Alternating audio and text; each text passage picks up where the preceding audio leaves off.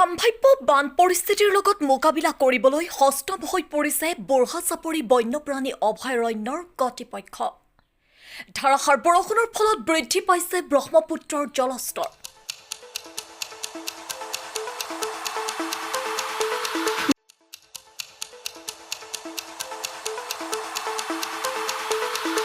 বৰহাচাপৰি বনাঞ্চলিক কাৰ্যালয়ৰ অন্তৰ্গত বগেনলা নামৰ ঠাইখিনিৰে ব্ৰহ্মপুত্ৰৰ বাঢ়নী পানী অভয়াৰণ্যখনৰ ভিতৰ ভাগত প্ৰৱেশ কৰিবলৈ লৈছে।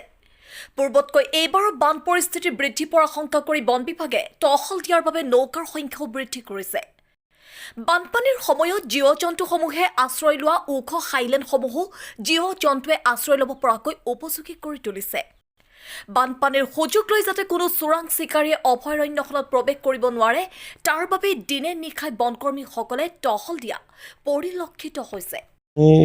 মাজতে এবাৰ সোমাইছিলে কিন্তু এতিয়া কমিলে মাজতে আকৌ 2-3 দিন ধৰি যেনেকুৱা ধাৰাসাৰ বৰষুণ দিছে আকৌ পানী সোমোৱাৰ সম্ভাৱনা আছে আৰু এইবাৰ হয়তো অলপ বাঢ়িব, পানী বেছিকৈ বাঢ়িব। মানে সম্ভাব্য বান পৰিস্থিতিক লৈ কেনেকুৱা মোকাবিলা কৰিব?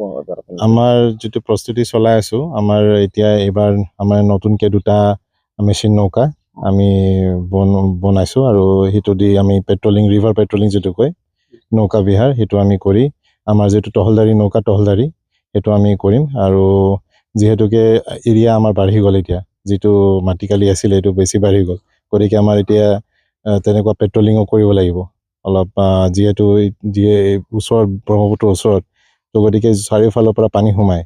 গতিকে আমাৰ যিমান নৌকা আছে সেইখিনি আমি ঠিক কৰিছোঁ।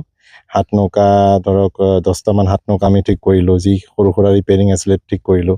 আৰু এটা ফ্লটিং কেম্প আছে, আমাৰ ফ্লটিং কেম্পটো ঠিক কৰিলোঁ। মাজতে অলপ ৰিপেয়াৰিঙৰ দৰকাৰ আছিলে, সেইখিনি ঠিক কৰিলোঁ।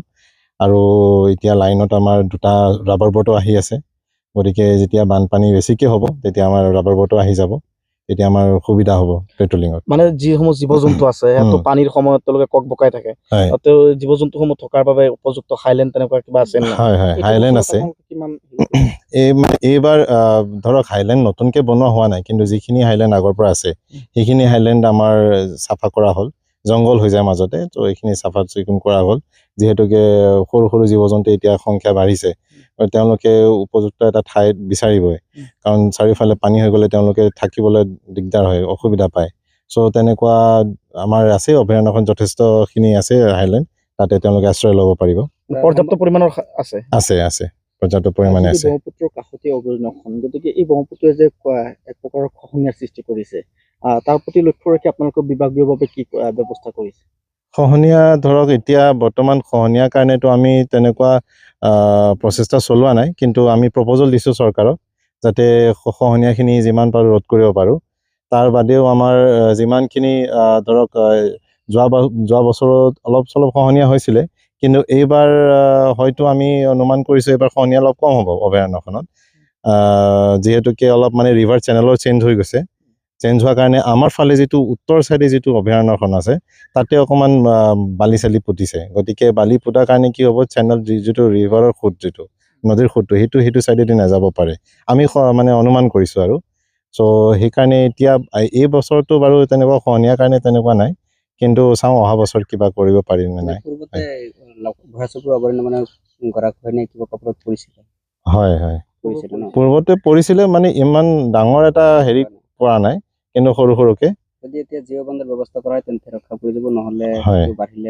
হয়, তেতিয়া অলপ মানে অসুবিধা হ'ব।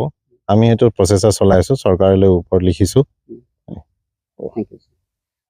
Bureau report, detox any.